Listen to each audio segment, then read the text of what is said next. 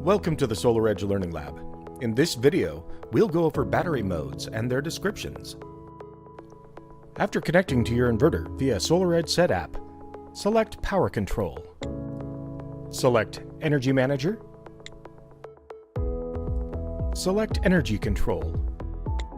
Once in the Energy Control menu, you will see the basic profiles that you can set on your Energy Hub inverter. Maximize Self-Consumption, or MSC, will charge or discharge the battery as needed to maximize self-consumption for the home. Time of Use, or TOU, will allow you to set specific times you want your battery to charge or discharge.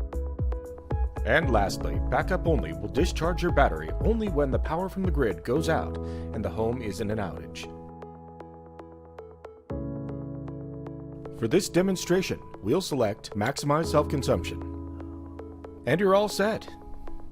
Thanks for joining us today. Please be sure to subscribe to our YouTube channel for more helpful videos.